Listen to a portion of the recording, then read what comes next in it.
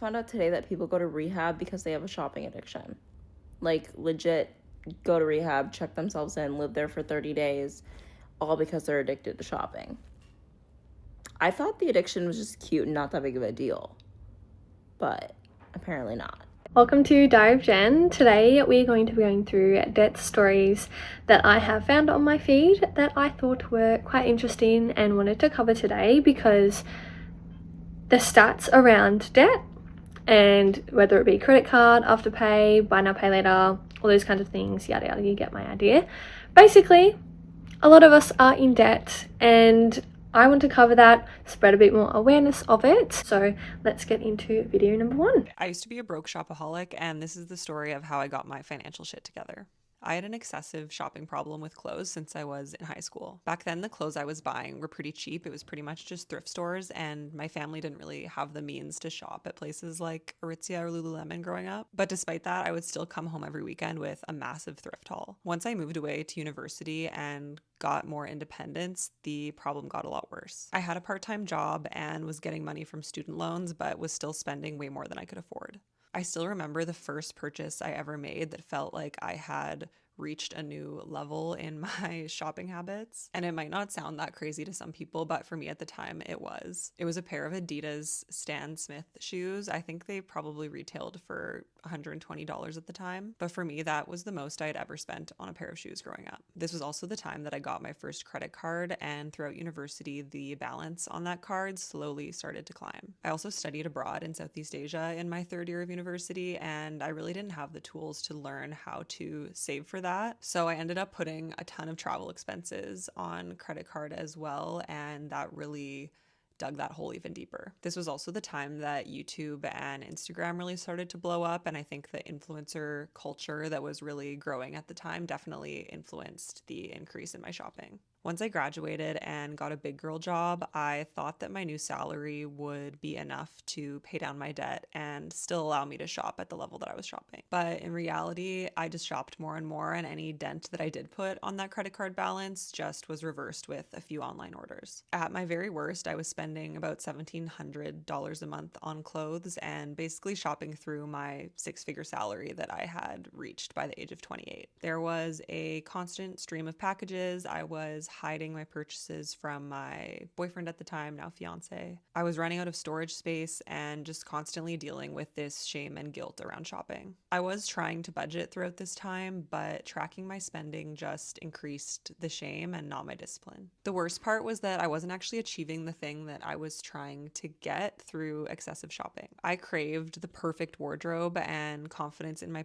personal style, but the more new things I brought into my wardrobe, the more confused I was about that, and the more driven I was to purchase more to satisfy that insecurity. Getting engaged last summer really put things in perspective and made me realize that if I was going to continue shopping at the rate that I was, it was going to put the bigger life goals that I didn't realize were coming up so fast in jeopardy. Suddenly, things like buying a home and having a family were on the horizon, and I knew if I didn't cut back on my spending, not only would it affect me, but it would also affect my partner.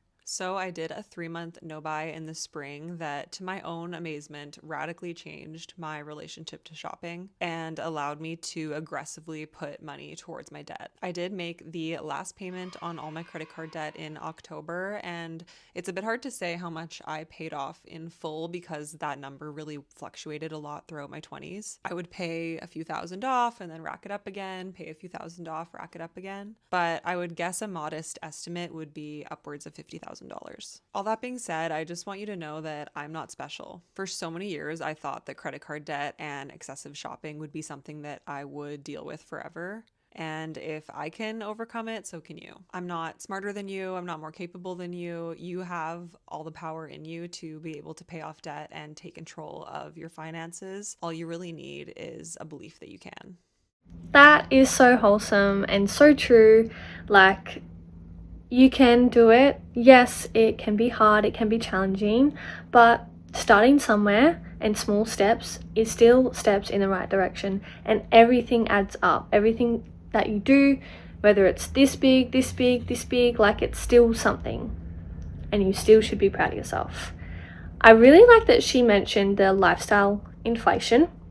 So basically what this is she mentioned how she's already in a spending cycle, and then she got the big girl job, and she spent more money because her wage increased, so she then had obviously more spending money to buy more things. And it can become so easy to get stuck in that constant loop of paying it off, putting the money back on, paying it off, putting the money back on. And it's just, if you don't catch yourself in it and you don't try and really break that habit, it can be so hard to. It can be so hard to. And her story is really amazing because it shows that just because you're at that, you might be at that point she was at the start, and it doesn't mean that you'll be at that point. But obviously everyone's journey looks different as well, and it depends on what you choose and how you choose to combat that as well, because that can be scary and it can accumulate fast. We just need to make sure that we're on top of it and take the appropriate steps to do so. I think that's a great video, couldn't agree more. And I think one of the telltale signs of you might have some sort of issue with shopping too much is when you have to hide parcels from people, whether that's your family, if you live with them, whether that's your partner. I think when you get to that point of like feeling a bit like of shame that you've got so many orders coming in and you want to hide it, I think that in itself says a lot as well. So good on her, that's amazing. Let's go to the next video. This is how much debt I have at 25 years old. Okay, so let's go over the biggest and scariest one first. I owe the IRS $34,000. Yeah. Okay, next we have my car loan, which I owe $23,295 on that. And then I have 6 credit cards, and across all of them, I owe $7,465. So that brings me to a total of about $65,000, which sounds like a big number, but it's okay. I'm here to figure it out. Yeah. I love the little piece at the end. Oh my gosh, that is a lot of money to owe to the IRS. Is that, I actually don't know what that is exactly. I think that's something America related. Is that like taxes? In Australia, it's like we pay it back to like the government. Taxation office, we call it. The thing that always gets me is car loans. Oh, I had a car loan for one of my cars, and it was so annoying having to pay that off. Like, and the interest, it's so sad seeing the interest that they add on top of it, because I was a bit younger at the time, and obviously I hadn't built up my credit score much at that point, and I think I only just started working part-time and I had 2 jobs, so I think the interest was quite high on it.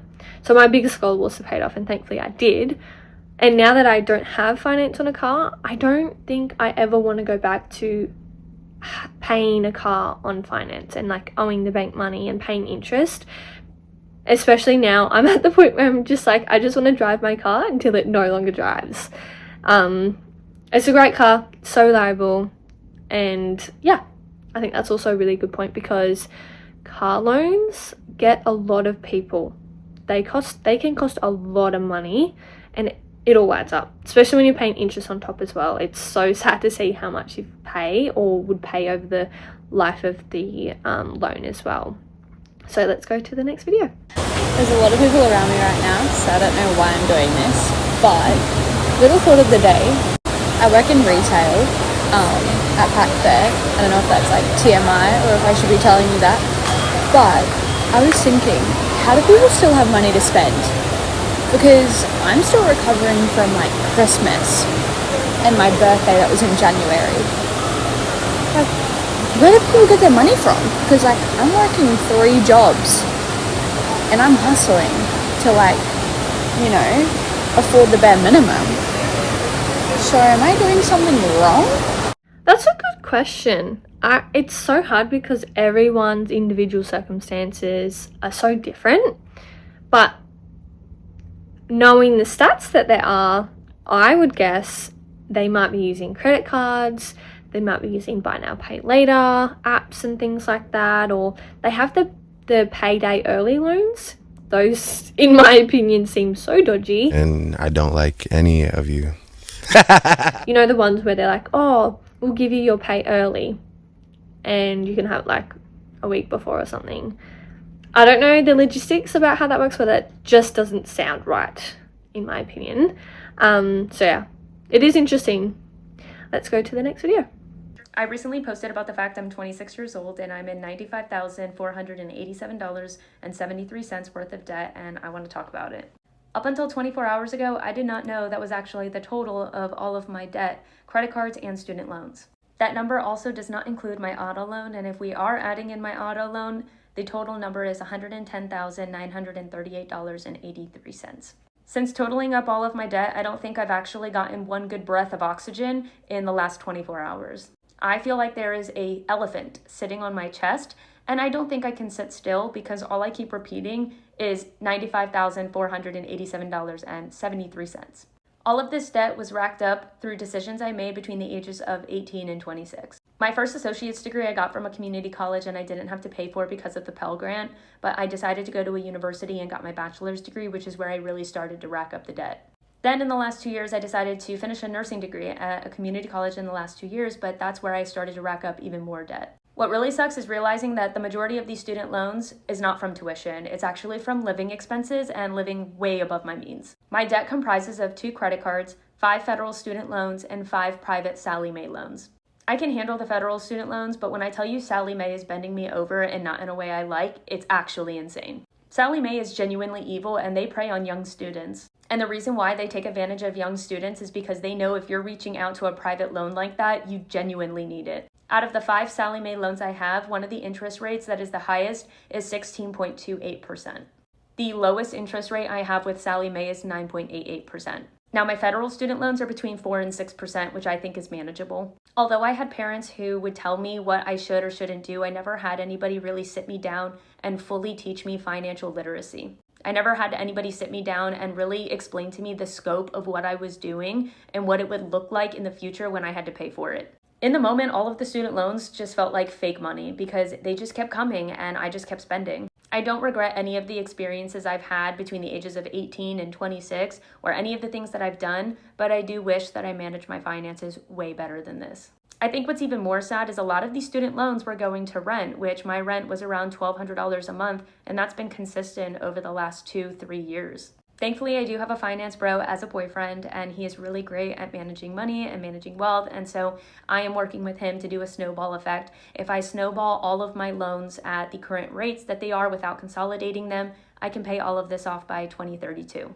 It's really sad because I'm excited about starting my first nursing job next month, but at the same time, I know that all of the money I'm making is going to debt. I'm turning 27 this year, and I wish I could be thinking about starting a family or getting married or buying a house, but really, I can't think about anything but paying off this debt. The last thing I would want to do is bring a child into this world while I have debt hanging over my head. So it almost feels like my life is kind of on hold right now, but I feel like it's even more motivation to just pay this off as quickly as possible. It is what it is, what's done is done, and at the end of the day, if you are in your early 20s and you're thinking about taking out student loans, I urge you to reconsider and ask yourself whether or not you really truly need it. If I knew then what I know now, I would tell myself that no experience, no desire, no want is worth the stress that I feel now. I honestly feel like there isn't enough education and financial literacy taught in school. I don't know what the other systems or what the education looks like in other countries, but I know in Australia, like we covered when I was in school a little bit about finances, but in my opinion it wasn't enough, and I think it's so much easier from the age of 18, especially in like even your mid-20s. The things that we learn then can really shape the decisions that we make, but sometimes we don't know until we do something after. Like, you know, you might get a loan when you're 18 or young and not realize the impact of it or what that's going to look like a couple of years later, or the kind of overall view of what that's going to look like. until after you've done it and you go, oh, I wish I did this differently, or I wish I didn't do this at all, because if I knew then what I'd known now, then I wouldn't have done it. So yeah, I think there just needs to be more taught in regards to finances, whether that's in school. I know there's a lot online, but sometimes if you're not looking for things like that, you're not going to find them. So it can be hard to see that. Like, I know personally, I am into finances now, so it does come up on my feed, but for someone who isn't even aware of it, they might not even see it. So they totally miss something that they could have learnt. They just didn't know it was there. So I think it's really tricky, because obviously she's now aware of the debt that she's in, and that would be so scary, because like she said, that was the first time that she'd kind of realized how much that total was, and it would be scary to think about. And it's sad that she's had to put other things like, you know, getting a house or starting a family because of the debt that she has. I couldn't even imagine that feeling and being in that position. It would be so hard. But it sounds like she has a great supportive partner, which makes the difference. So I think that's great that she's trying to combat it now, get on top of it, and then she can, you know, work towards those things that she really wants to start doing, like the family or getting a house. So yeah, I think that's a really important one as well. Let's go to the next video. I have $63,000 of debt, and I still travel, eat at restaurants, donate to causes I care about, visit coffee shops, spoil my cats. I made a debt payoff plan and budget exactly how much I need to reach my debt payoff goals each month, and not a penny more. Financial goals should be shaped around your life, not become your life. Restriction can work short term, but it's not a sustainable or healthy way to live. For me, this means living within my means, budgeting in my financial goals, and not feeling guilty for spending what's left over. And that's just it. Like, everyone's financial goals are different, and their financial paths look different too. Just because what one person does doesn't mean it's going to work for this person. Sometimes they just have different goals, and that's okay. At the end of the day, it is our finances. No one else can really tell us what to do. Like, if we don't want to pay something off, well, unless someone else goes and does it, then yeah, but that's different. I think I can see both sides. Like, I can see how, you know, it is important to enjoy life. 100%. Couldn't agree more.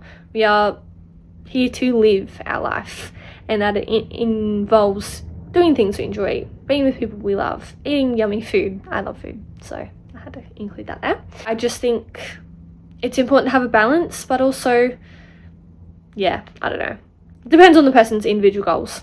For me personally, I find it hard to, if I have some sort of debt or something I owe, I find it hard to indulge in other things. Like, I still do, but I find it hard to put more money into that, or half-half. I like to just put most of my money towards it so I can pay it off and it's done and I don't have to worry about it. That's personally how I like to do it. Did you know that it is absolutely free to subscribe to the channel and help us grow?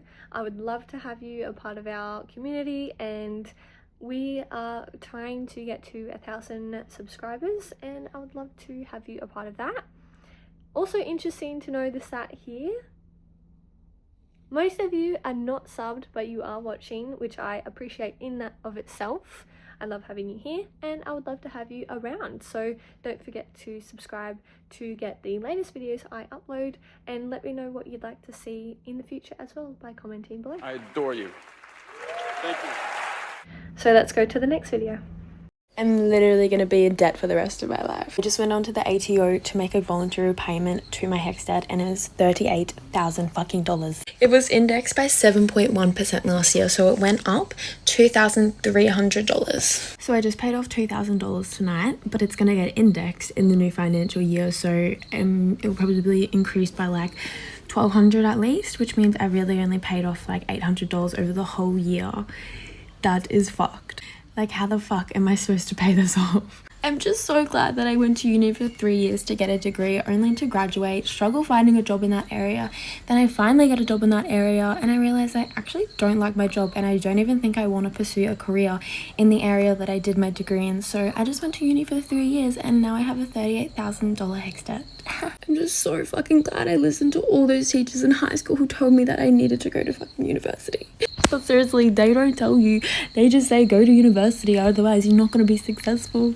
And yeah, they say it's going to cost a lot, but they don't say that it's going to keep rising every single year until you fucking pay it off. What the hell? There definitely isn't enough education around that, and maybe that was naive of me, but literally nobody around me told me that it was going to get indexed and it would be impossible for me to pay it off. If I had known that, I probably wouldn't have gone to university. So my advice is, don't go to fucking university. No, I'm just kidding. Go to university if you know that that job is what you want to do and that you need a degree to do that job.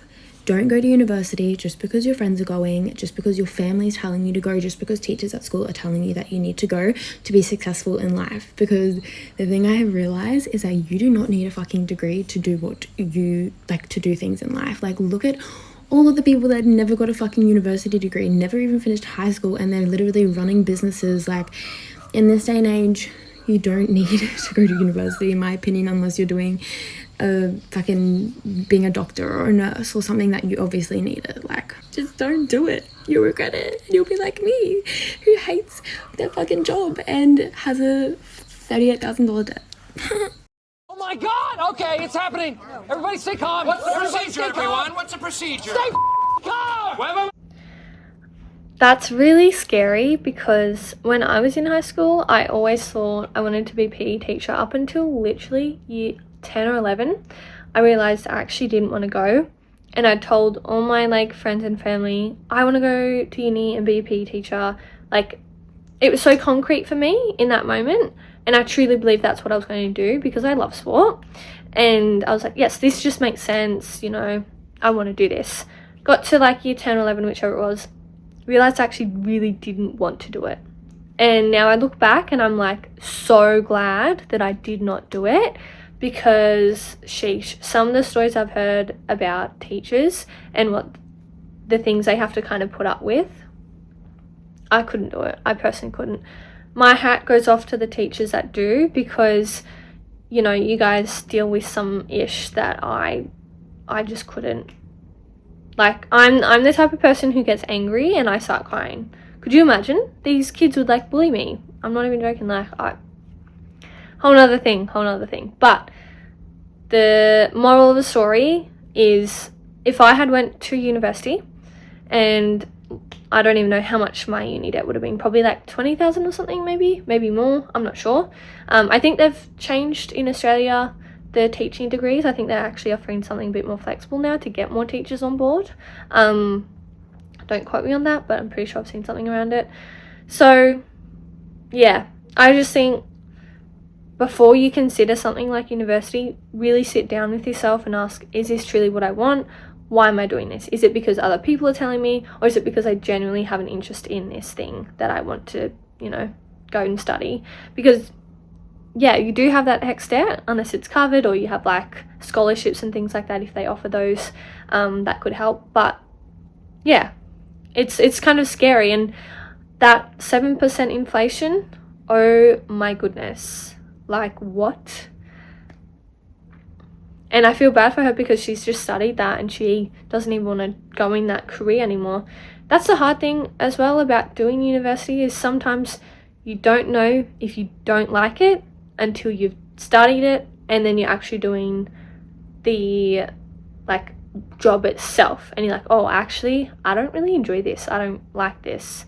And then you've just got that, you know, debt from that student loan that you now have, that has interest accumulated every tax year, unless it changes in the future, who knows. But for right now, I just think that is crazy to me, how much interest accumulates on those. And I think the government in Australia has changed a little bit about it. Not sure exactly, but I think they did like something to help, which is good, a good start. And there is also fee-free TAFE in Queensland at the moment, which is actually a really great option if you're looking to go into a career and you don't want to have to pay for a bit more of an education or to upskill yourself. That's something you could look into. I think New South Wales have some fee-free TAFE as well, which would be such a great opportunity if you were looking to, you know, upskill or go into a different career or something. So yeah, those are some options I'm in Australia, by the way, so that might not be applicable for you, and it depends on obviously where you're located as well. So let's get into the next video. Why are you guys breaking up? Finances. Is that true? Yeah, that's part of it. Okay, whose? Because, yeah, that's a leading cause for divorce. The first time we broke up, we both cheated on each other. The second time, it was more financial based. You're cheaters. Were. So who the cheated first? Her. Why? What are you doing? We had our kid, and I felt like I was doing a lot of the work. I was young, just turned 20, so he wouldn't let me do anything. I felt true? like... Yes. Why would you let her do anything? She wanted to do things that were irresponsible, like constantly go out with her friends and drink every 3-4 days. Well, that's a little hard when we're trying to raise a child. True, but then there was a time where he would want to hang out with his friends at the house, and he said, if you leave, then we're breaking up. And I said, fine. So I left and closed the door. Yeah, but you had a kid. We shouldn't have. It was an oopsie. Yeah. Well, hopefully she doesn't watch this. Oh, well, she knows that birth control is very important even though it doesn't work. She knows that at 10? I mean, you should use it, but the man has to do his part, and we did not do that part. What? Alrighty then. I love how they said were cheaters. Oh my goodness. Nah. The stability in me could not do that. If someone cheated on me, see this door? I'm walking out it.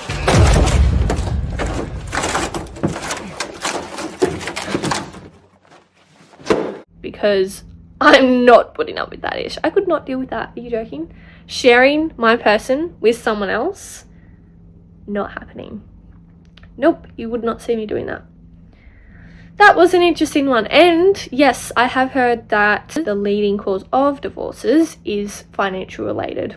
It makes sense. It can be such a big thing and consume so much of your thought process when you have payments owing, or whether, you know, whatever kind of amount you're owing for whichever reason, whether it's like over consuming in shopping, whether it's just overindulging in general in life too. That can happen. You just overspend. Sometimes people get into lifestyle inflation, which is not a good cycle to be in. So let's go to the next video. Why do you have so much debt at 20, dude? Yeah. What have you done? $26,000 is on my car. The rest of it is all credit cards. The biggest chunk of it all really started whenever I was out of a job for about 2 months. I was putting all of the rent, all of the food, everything on just credit cards. I had a decent job. My roommate had a kind of shaky job, and then he didn't have a job. For the first few months, he was getting money from like his parents or family or whatever, trying to make his part, but that's not sustainable. So, you know, I had to start picking up his half. There was a 2-month period where neither of us had a job, so. And how was that conversation with the roommate when you were taking on all the bills? We had the same conversation of me just being like, you gotta figure out a way, and then there was no way being figured out. Oh my goodness, car loans. They are a big thing in America from what I see. A lot of people have car loans over there, and some of the interest I've heard. Oh, okay. No, like, too much. I didn't even know they gave out like loans for the interest amount that some of them, like I've heard some of them being in the 30s or like high 20, like 26%. What? That is crazy. No. Next video. $180,000 in tax debt. Can we ask where it's at? To give everyone kind of a breakdown, we had 3. I had a personal tax debt, another personal tax debt, and then a business tax debt. Right. So when people are unsure of what this means, I'm going to break it down a little bit. A personal tax debt is money that you've taken from your business and then you have to pay tax on it. What happens is people forget that every dollar that they take inside their business is taxable. And it can be them paying themselves a certain amount, or every time you guys whip $100 or $500 or $1,000 or out of your business for yourself, all of that is taxable income. So when Sherelle's saying I have personal tax, it was her taking from the business and not putting the tax aside on that amount that she was taking. Yeah, and I also didn't have any account set up. So I was just having one account, just taking as I please. I'd pay my rent, I'd pay my fuel, I'd pay my hair, I'd pay my nails, I'd pay everything out of this one account. I actually had no idea what I was doing, and I would bring in money. I wouldn't put aside any money. So I had the 2 personal, so they're paid off now. Yeah. So I can't actually remember how much the personal together was. Yep. But that's completely gone. It's so nice to see 0, 0 and 0, 0 on my other one. I'm like, it's like Love it. And then we're down to $30,000 on my business one. Oh my goodness. 30, that's it. Oh Yep. my goodness. Yeah. That is huge. Yeah. That's amazing to hear. Oh my goodness, that was such a high amount and she's got it down to like 30,000. That would be such a great feeling. Sounds like she is doing everything right to get that down. Let's go to the next video. Every time I was making my credit cards before I decided to like actually commit to this debt payoff lifestyle, I literally every month I would go through this cycle with myself and I would say, okay, this is a problem. And I would write down all of my balances and my totals and this is my plan. And you know, I look like that meme with the guy with the whiteboard with all the strings. Like literally every month I was doing that, every single month. And I would just very loosely tell myself like, okay, I'm not going to spend on my cards and I'm going to put all my extra money towards it. And that was the extent. There was no plan. There was really no actionable steps. It was literally just this, okay, I'm gonna do this and I'm gonna be better. And guess what? Spoiler alert, I fucking wasn't better. I would so very quickly fall back into the trap of spending on my cards and having this like scarcity mindset around the money in my checking account that it was gonna be gone, so I wouldn't put it towards my credit card debt. I had to really tough love myself and realize that I am the problem and I'm the one that got myself into this situation. Many small purchases add up to a very large number and I was the only one that was going to be able to fix it. This is such a cycle that so many people go through, and if you're serious about actually paying off the debt, you need to give yourself rules, hold yourself accountable, make other people know what's happening in your life so that they can help hold you accountable, but you can't just stay in this stupid cycle forever. Yes, that's so true. Trying to get the people around you help you become accountable. So like, you know, if you're trying to save money or pay off debt, you can be like, you know, your friends are like, oh, let's go out, let's do this, and you can be like, that sounds amazing, could we maybe do like a low budget thing just because I'm trying to save, or like pay down like a certain amount of debt, just so they know and they're aware that obviously you still want to see them, you still want to hang out, but you want to do it on a lower budget just to save a little bit more money and make, you know, a bigger amount of payment. I think that's a great idea as well. I think it can be so easy to get stuck in the loop of buying, paying it off, buying, paying it off, buying, paying it off. It's just, it can be so hard to break. I totally get that. We all have to start somewhere. That's what I say every single time. And every single thing that you do, big or small, it all adds up at the end of the day. So let's go to the next video.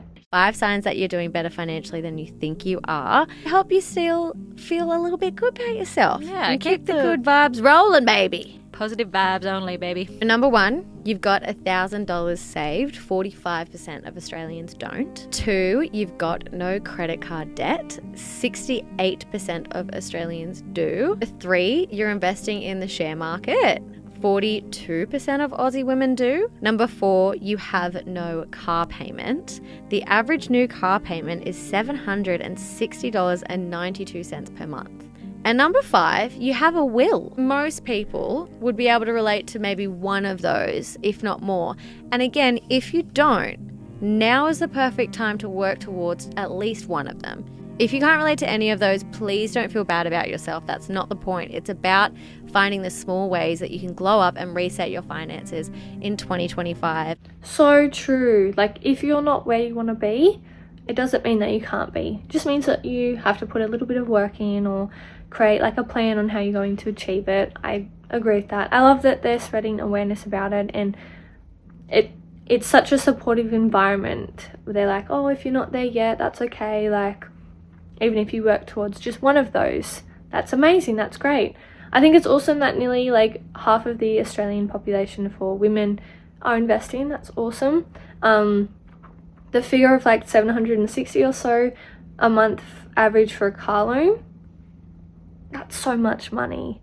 Guys, are we doing this? Are we getting car loans? I totally understand. We see people who are driving these expensive cars that look really nice, or, you know, our coworker gets a new car and then we feel like, oh, maybe I should get one as well. But just remember, it's always you versus you. And just because someone else has something doesn't mean that you have to as well. Like, trust me, I love the car I have now. And I do see people drive around in nice brand new cars and I think, oh, that would be nice. But I can save for that. If I really wanted to, I could save for that. And even if I saved most of it and wanted to get like a little kind of loan that I know I could afford or pay off quickly, I mean, I could do that. But I just don't want a car loan, and I don't see the need in buying a new car when what I have now is suitable for me, it works, and yeah, I don't see the need in buying a new one as well. So I loved that video. I think it was great. So let's go to the next video. Credit card debt is not fun, okay? I have so much money on my credit cards. They're all pretty much maxed out. I couldn't keep up with the payments, and I think almost all of them, my accounts are closed. That's not good, but I will tell you this, it's like going through a detox, because things that I would just be like, oh, I'll just put on a credit card, I can't do that anymore. Those accounts are closed, those cards are gone. The only money I have comes from my paycheck, and that money goes towards necessities, which is the big thing that I've had to learn to differentiate the needs from the wants. So while my friends get to go do fun things, I am having to pay off credit card debt. It has taught me to be content with what I already have. It has helped me utilize places like the library. It has helped me declutter because I've had to sell things to make my bills. This is probably like the worst year of my life financially, but I think I've grown up a lot and I'm kind of happy about it. That's great to hear. We all start somewhere. And I think it is hard when you're seeing your friends or family or anyone else in your life enjoying and having a fun time and you're missing out on things because you're prioritizing paying off debt. But just think about how good it'll feel at the end to reach that goal and pay off the debt, and then you can enjoy things. But again, you know, some people still like to go out even if they owe some debt and have a bit more of a balance, or they put aside a certain amount that they know that they can afford and still reach their goal. So yeah, looks different for everyone. I also couldn't agree more with like decluttering. Doing all these content videos has been amazing and an eye-opener for me. I was already like a bit more aware and conscious of like not wanting to have too much clutter in my home and like not wanting to overconsume and overspend my money. I'm way more focused now on saving, and these types of videos have really helped me to do that and keep me a bit more accountable as well. So if you haven't checked out my overconsumption videos, I have a part 1 and a part 2 to that. I'm considering making another one as well because you guys just love them and I enjoy making them as well. It really keeps me accountable and reminds me, oh yes, like how good does it feel to just not spend that much money and not have that many items in my house taking up so much room. So yeah, I will pin them for you guys so you can have a look if you'd like. Let's go into the next video. How do some of y'all have $27,000 in credit card debt? I just want to know. Years ago, I was in $60,000 of credit card debt, so I'll tell you exactly how that happened because I also never thought that I would get there, and it really does happen kind of fast. So the number one factor for me was the fact that I had so much anxiety and shame around money that I would actively avoid my finances. Like I couldn't even look at my bank account, let alone sit down and make a budget. So all this in money advice and how to get yourself out of debt and whatever was kind of irrelevant to me because if I couldn't even get myself to the computer to like open my bank account, I couldn't do the rest of it. And because I didn't have a budget and was avoiding my finances, it was really easy for me to not know how much I was spending month to month on like subscriptions and various expenses that you accumulate over time. Plus, this was like the worst mental health period of my life. So my ADHD was rearing its ugly head and I was impulse spending. I also just had a very nihilistic attitude of like, it doesn't even matter, whatever, I'll just deal with it later. But the thing that you don't realize when you first start getting into credit card debt is how quickly the interest compounds over time. And this is how you can go from having like $8,000 in credit card debt to $27,000 or $60,000 or whatever it is, because all of your cash is now going to two things. It's going to rent, maybe a few different utilities payments that you can't put on a credit card. It's going to your minimums, right? And your minimums on your credit cards are growing every single month, even if you don't put a single new charge on that credit card. When all of your cash is going to your credit card minimums or even paying off a little bit more than your minimums to try to like get ahead, you're still having to put a lot of your purchases on credit cards because you're out of cash. So that combined with the money avoidance to me was this perfect storm of like, I just didn't know how quickly debt would accumulate once it started. Like once the ball started rolling, it gets away from you really fast. So the question is not how does someone end up with that much debt? The question is like, what are the patterns that got you into debt in the first place and that are keeping you from dealing with the debt? Because those are going to be the same patterns that turn this into like a wildfire that spreads really quickly. It can be so easy to not realize how much you're spending or how much you owe if you're not tracking your like monthly spending habits.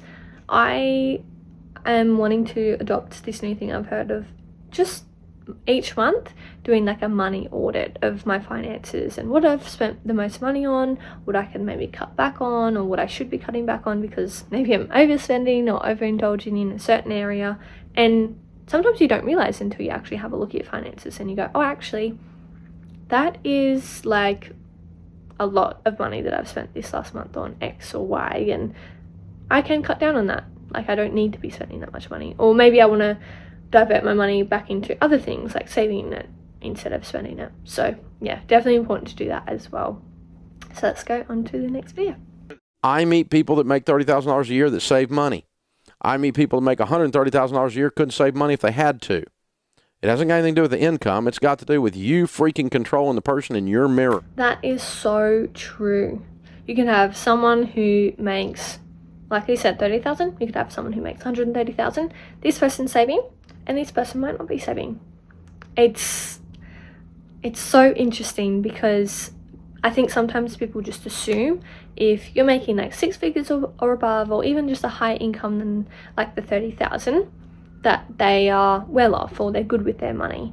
And sometimes people mask it through credit cards or buy now, pay later apps, that they're not actually spending their own money. It's money that they're borrowing and then owing later. And, you know, interest could accumulate on that if they miss a payment, or just in general for credit cards, sometimes, or most of the time, generally they have the interest that you pay on those, or if you miss a payment, for example, as well. But yeah, I think sometimes there's that perceived value of like, oh, you know, they make X amount, so they must have money to spend, or they make X amount, so they must be doing well. But sometimes it's, you know, someone making 30,000 or 50,000 is a really good saver, and they actually might have more money saved than someone making 100,000 K or plus, or just less than 30K. So very much dependent on the individual and their spending habits as well. Let's go on to the next video.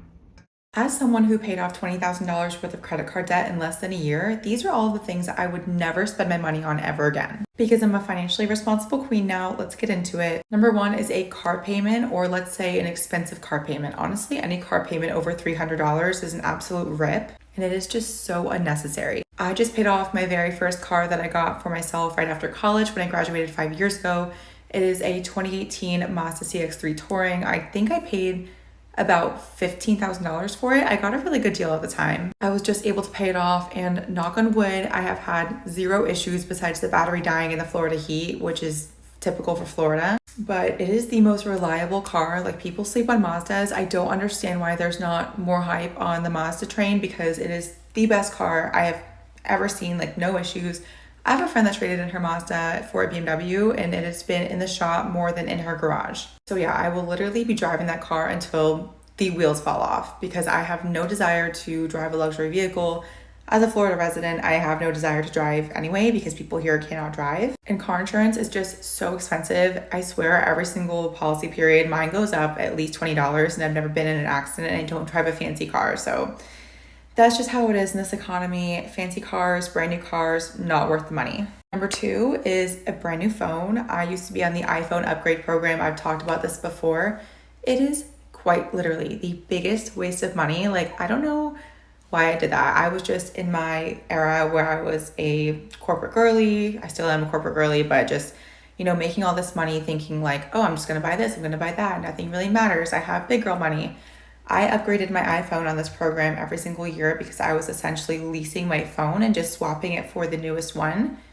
That is so unnecessary. That is so unnecessary. I will be using my phone until it breaks. So let's say in 4 years of having this phone, it will probably be time to replace it.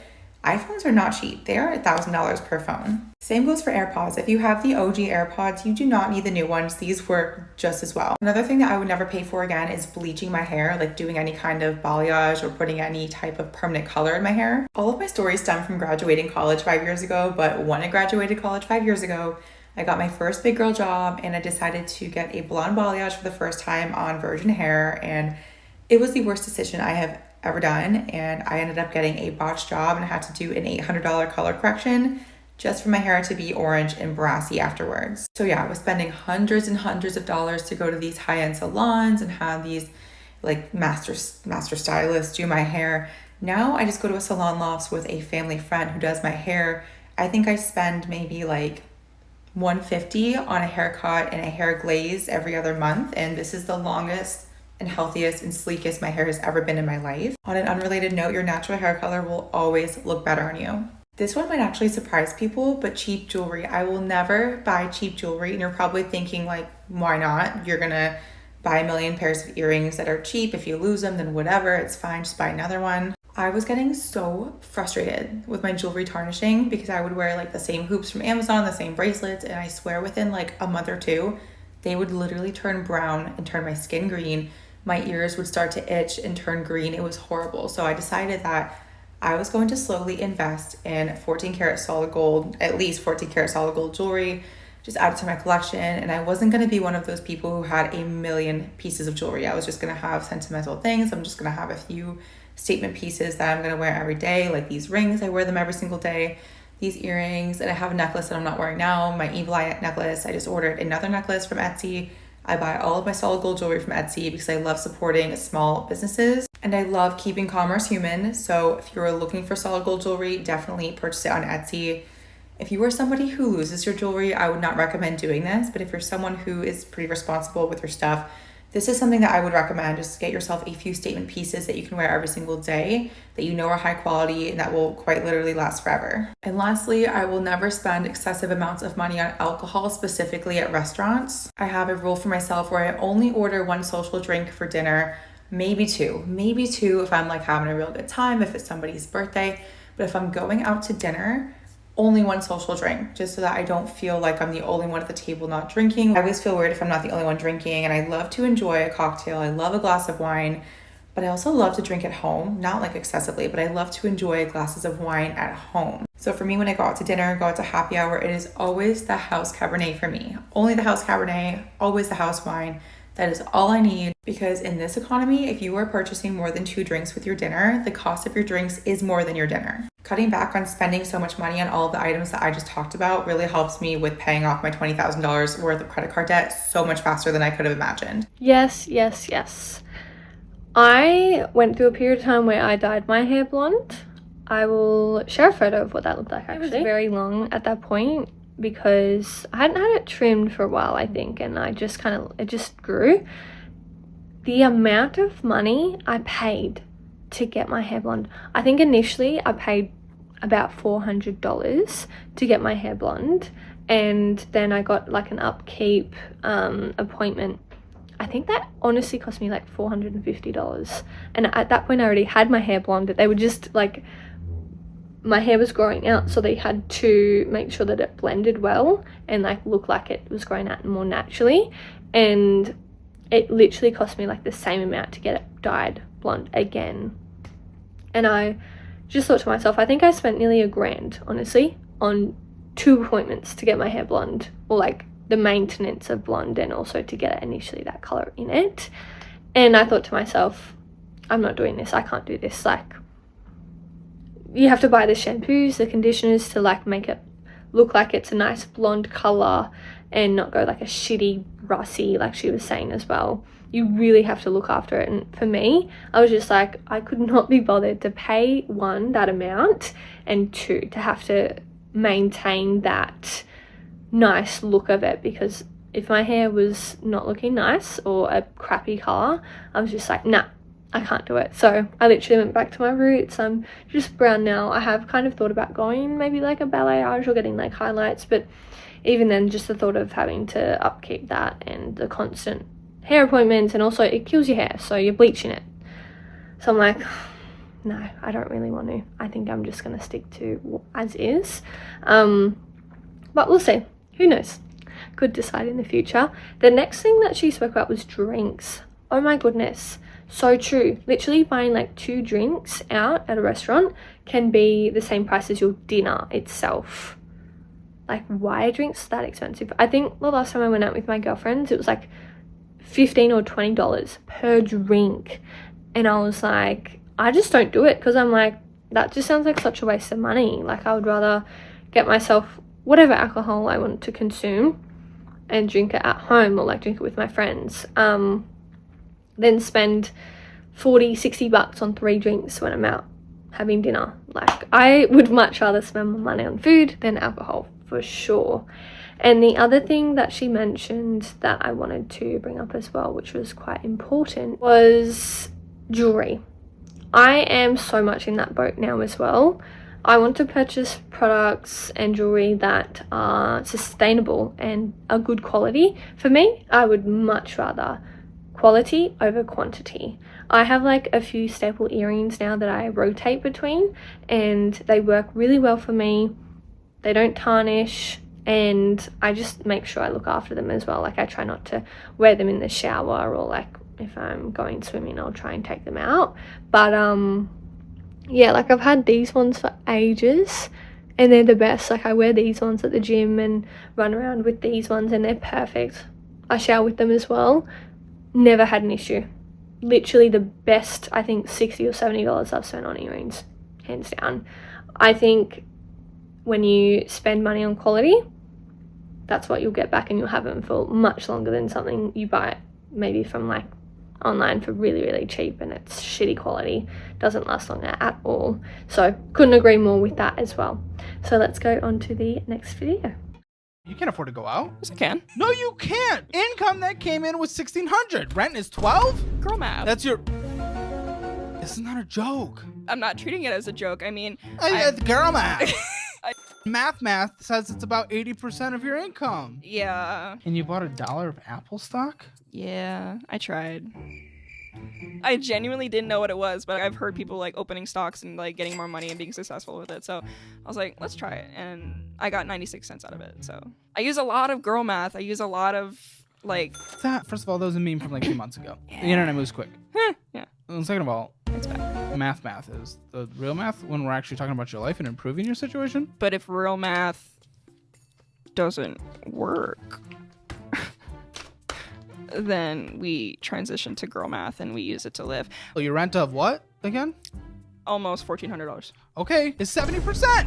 70%. You cannot afford it. It shouldn't be higher than 30%. Oh, like rental prices? I don't even want to go there. I just had mine increase and I don't want to talk about it. This is fine. I'm okay with the events that are unfolding currently. That's okay. Things are gonna be okay. Like, why is it that much? And even mortgages is just, oh, my head hurts thinking about it. I love when she said girl math as well. I was like, no, she did not. And putting $1 in the stocks was like, I mean, like I said, you got to start somewhere. She's doing something there, so that's great. But paying that much in rent is too much.